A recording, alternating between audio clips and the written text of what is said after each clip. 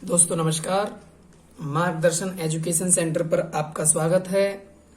आज का हमारा टॉपिक है हिंदी यानी वर्णमाला हिंदी में। आप इसे एक पहली वीडियो हो चुकी है जिसमें पूरे विराम चिन्ह जितने भी हिंदी में है विराम चिन्हों का वर्णन किया गया है। एक ही वीडियो में, बहुत ही छोटी वीडियो है, एक ही वीडियो में सारे विराम चिन्ह कंप्लीट है। तो आज का हमारा टॉपिक है वर्णमाला। वर्णमाला की ये पहली वीडियो है, ठीक है। तो वर्णमाला क्या होती है, इसके बारे में क्या क्या होता है ये जानेंगे हम, ठीक है भैया। वर्ण किसे कहते हैं? वर्ण ध्वनि को भी कह सकते हैं, वर्ण हम ध्वनि को भी कह सकते हैं। ध्यान रखना, वर्ण या ध्वनि को अक्षर कह सकते हैं, वर्ण को भी ध्वनि को भी अक्षर कह सकते हैं, लेकिन अक्षर को वर्ण या ध्वनि नहीं कह सकते, अक्षर को वर्ण या ध्वनि नहीं कह सकते, ठीक है। अक्षर है, अक्षर किस किस से मिलके बना होता है? अक्षर मिलके बना होता है वर्ण और स्वर से, वर्ण और स्वर से। जैसे कि क है, क्या ये अक्षर है, क्या है अक्षर, और ये क्या हलंत क्या है, इसे भैया हलंत बोलते हैं। ये क्या है? ये वर्ण है, और ए क्या है? ए स्वर है, ठीक है। तो जब वर्ण में स्वर मिला दिया जाता है, तो जब वर्ण में स्वर मिला दिया जाता है तो तब हमारा अक्षर प्राप्त होता है। तब क्या प्राप्त होता है? अक्षर, ठीक है। वर्णमाला बोलते किसे हैं? वर्णमाला वर्णों का व्यवस्थित समूह को, वर्णों के व्यवस्थित समूह को वर्णमाला बोलते हैं, ठीक है। वर्णों के व्यवस्थित समूह को क्या बोलते हैं? वर्णमाला, ठीक है। नेक्स्ट देखोगे, वर्ण होती क्या है? क्या होती है वर्ण? भाषा की सबसे छोटी इकाई होती है, जो हम बोलते हैं उसकी सबसे छोटी इकाई होती है भैया वर्ण। ये किसके रूप में होती है? लिखने के रूप में छोटी इकाई होती है। अगर हम वर्ण लिखेंगे तो लिखने के रूप में क्या होती है भैया? वर्ण जो होती है भाषा की सबसे छोटी इकाई होती है, ठीक है। ध्वनि, ध्वनि क्या होती है? भाषा की सबसे छोटी इकाई होती है ध्वनि भी, लेकिन ये मौखिक रूप से होती है भैया। ये किस रूप से होती है? मौखिक रूप से। ध्वनि होती है मौखिक रूप से सबसे छोटी इकाई, और वर्ण होती है लिखने के रूप से सबसे छोटी इकाई भाषा की, ठीक है। नेक्स्ट देखोगे, लिपि क्या है? लिपि होती है जो भी हम चीज लिखते हैं, लिखने का तरीका जो होता है। जैसे कि इंग्लिश की क्या है? इंग्लिश की तुम जानते हो रोमन है। पंजाबी की क्या है? गुरुमुखी है। ऐसे ही हिंदी की क्या है? हिंदी की लिपि देवनागरी है। हिंदी की लिपि क्या है? देवनागरी। यानी लिपि बोलते हैं हम लिखने का तरीका, अक्षर को लिखने का तरीका। अक्षर किसे कहते हैं? अक्षर कहते हैं जिसका विनाश न किया जा सके, यानी जिसे तोड़ा ना जा सके, ठीक है। जिसका विनाश न किया जा सके उसे क्या बोलते हैं? अक्षर, ठीक है भैया। कुल वर्ण, कुल वर्ण देखोगे, कुल वर्ण आप जानते हो कितने हैं? कुल वर्ण है 52, 52। कुल वर्ण कितने हैं? 52, जिनको दो भागों में बांटा जाता है। दो भागों में किस किस में बांटा जाता है? स्वर यानी जो 11 होते हैं, और व्यंजन जो 41 होते हैं। स्वर जो 11 होते हैं और व्यंजन जो 41 होते हैं, ठीक है। स्वर क्या होता है भैया? स्वर जो है स्वतंत्र रूप से बोले जाते हैं, मतलब इन्हें बोलने के लिए किसी और की आवश्यकता नहीं होती, ये खुद स्वतंत्र रूप से बोले जाते हैं, ठीक है। तो स्वर बहुत प्रकार के अलग अलग, यानी कि जैसे कि अगर हम बात करें ह्रस्व स्वर, ये स्वर के सारे प्रकार हैं जितने भी हैं। तो क्रम बाय क्रम देखोगे एक एक प्रकार, ह्रस्व स्वर और लघु स्वर या छोटा स्वर या एकमात्रिक स्वर या मूल स्वर।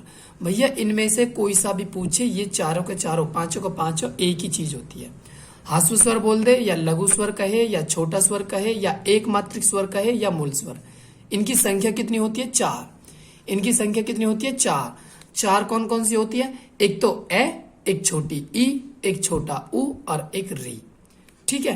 ह्रस्व स्वर को किससे दर्शाया जाता है? इससे दर्शाया जाता है भैया ह्रस्व स्वर को, ठीक है। और ध्यान रखना, जितने भी स्वर हैं ए ही, मात्र ए को ही छोड़कर बाकी सारी मात्रा होती है, ए एक मात्रा नहीं होती।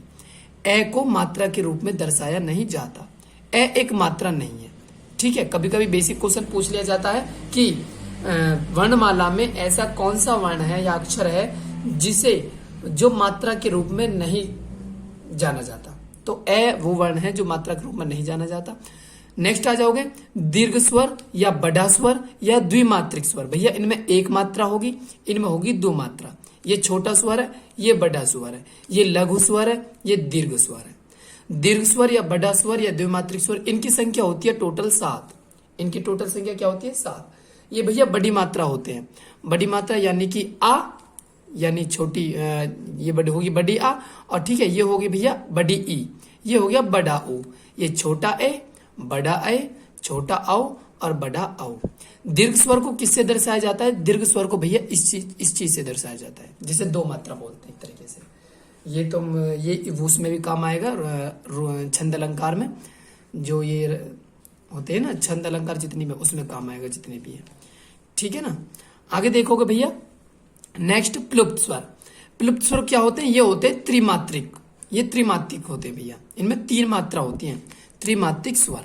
ठीक है, इनमें 3 मात्रा कैसे होती है? जैसे कि ओम, सबसे ज्यादा बोलने में समय लगता है, सबसे ज्यादा बोलने में समय लगता है, इसे बोलते हैं प्लुप्त स्वर। तो प्लुप्त स्वर को किससे दर्शाया जाता है? प्लुप्त स्वर को भैया इससे दर्शाया जाता है, प्लुप्त स्वर को इससे दर्शाया जाता है। ठीक है, नेक्स्ट देखोगे दीर्घ संधि स्वर। दीर्घ संधि स्वर क्या है भैया? दीर्घ संधि स्वर में यूज होते हैं बड़ा आ, बड़ी ई और बड़ा ओ। बड़ा आ, बड़ी ई, बड़ा ओ। इनकी संख्या कितनी होती है भैया? दीर्घ स्वर की 0, 3, यानी 3 संख्या होती है। टोटल कितने होते हैं? 3। ठीक है, अब संयुक्त स्वर, ये बहुत इंपॉर्टेंट है। संयुक्त स्वर, संयुक्त स्वर कितने होते हैं? 4। संयुक्त स्वर कितने होते हैं? 4। छोटा ए, बड़ा ए, छोटा औ और बड़ा औ। छोटा ए किस किस से मिलकर बना है भैया? ए प्लस छोटी ई से। बड़ा ए किस किस से मिलकर बना है? ए प्लस ए से, छोटा ए से। यानी ओ, औ किससे मिलकर बना है? ए प्लस छोटे औ से।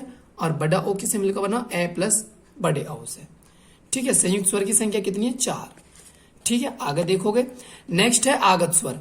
आगत स्वर भैया ये ज्यादातर अंग्रेजी के वर्डों में यूज होता है। किसके वर्डों में? अंग्रेजी शब्दों में। अंग्रेजी वर्डों में कैसे यूज होता है भैया? जैसे कि हम लिखते हैं, अंग्रेजी शब्दों में यूज होता है, लिख देता हूं मैं अंग्रेजी शब्दों में।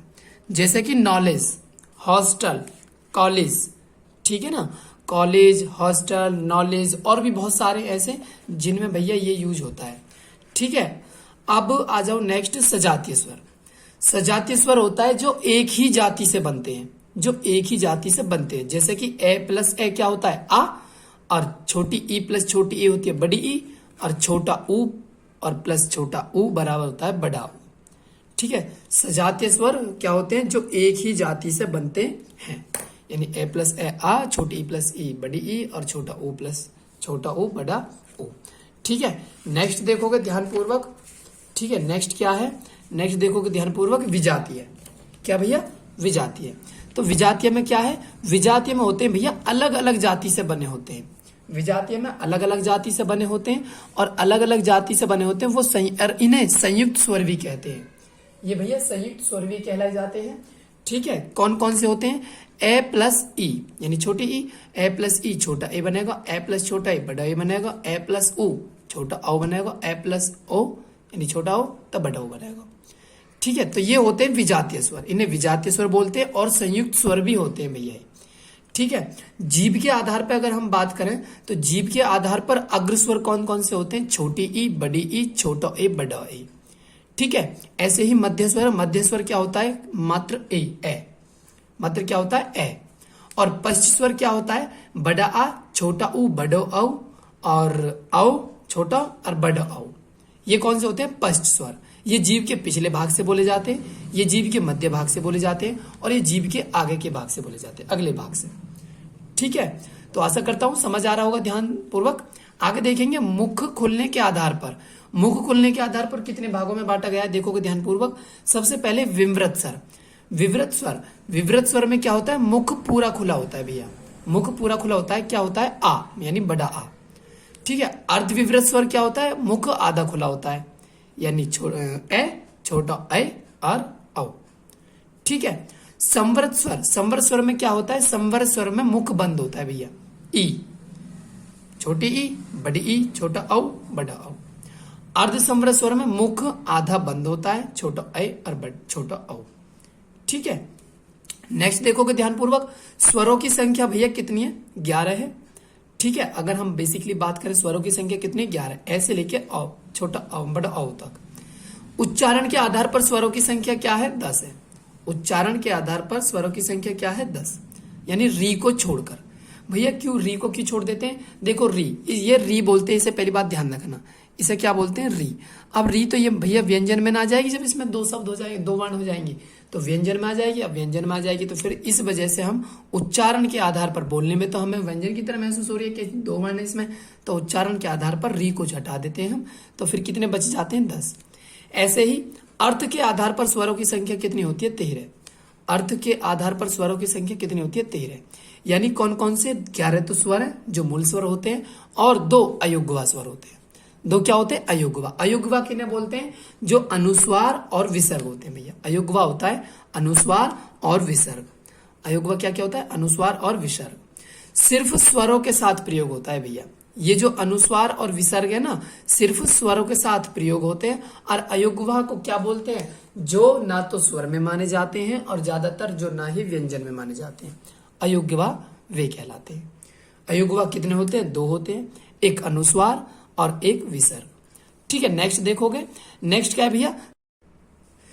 तो संस्कृत में स्वर को क्या कहा जाता है? अच। संस्कृत में स्वर को क्या कहते हैं? अच। व्यंजन को संस्कृत में क्या बोलते हैं? हल कहा जाता है भैया, हल। तो एक मैंने छोटा सा चार्ट बनाया है, देखोगे ध्यानपूर्वक। अगर किसी शब्द के ऊपर ये लाइन खींच रही है तो भैया उसे सिरोरेखा बोलते हैं। उसे क्या बोलते हैं? सिरोरेखा। किसी भी शब्द में या वर्ण के ऊपर ये बिंदी है तो उसे अनुस्वार बोलते हैं। उसे क्या बोलते हैं? अनुस्वार। किसी भी वर्ण में पीछे अगर ये पॉइंट होता है, यानी ये होता है, तो उसे बोलते हैं कै वर्ग का पंचम, यानी पंचम अक्षर, पंचम वर्ग, कै वर्ग का पंचम अक्षर। ठीक है। अगर नीचे कोई बिंदु होता है तो ताइन जात या द्विगुण या उत्क्षिप्त। भैया ये 2 ही होते हैं, एक तो ये होता है और एक ये होता है। ये 2 ही होते हैं, ताइन जात, द्विगुण या उत्क्षिप्त। ठीक है। जिसमें आगे आता है वो होता है नुक्ता। भैया क्या होता है? नुक्ता। ये अरबी फारसी के शब्दों में आता है। नुक्ता किस में आता है? अरबी फारसी के शब्दों में। ये जान गए होगे, ये खड़ी पाई है। ठीक है ना। खड़ी पाई के 24 के करीब तुम्हारे वर्ण होते हैं जिसमें खड़ी पाई होती है। नेक्स्ट है नुक्ता। नुक्ता किस किस में आता है? सिर्फ कै, खे, घे, जय, फे के साथ लगाई जाती है भैया ये नुक्ता। ये नई ध्वनियां भी कहते हैं इन्हें। नई ध्वनियां, इन्हें अरबी और फारसी से अपनाया गया है। इन्हें अरबी और फारसी से अपना गया है। तो आज का वर्णमाला का इतना ही टॉपिक है। ठीक है। और नेक्स्ट कल हम व्यंजन के बारे में पढ़ेंगे। स्वर के बारे में आज हमारा कंप्लीट हो गया। अगर वीडियो अच्छी लगी हो तो प्लीज शेयर एंड सब्सक्राइब करना ना भूलें। लाइक और कमेंट प्लीज करें। ठीक है। तो आशा करता हूं आपकी ध्यानपूर्वक समझ आ गया होगा। नेक्स्ट वीडियो कल आएगी।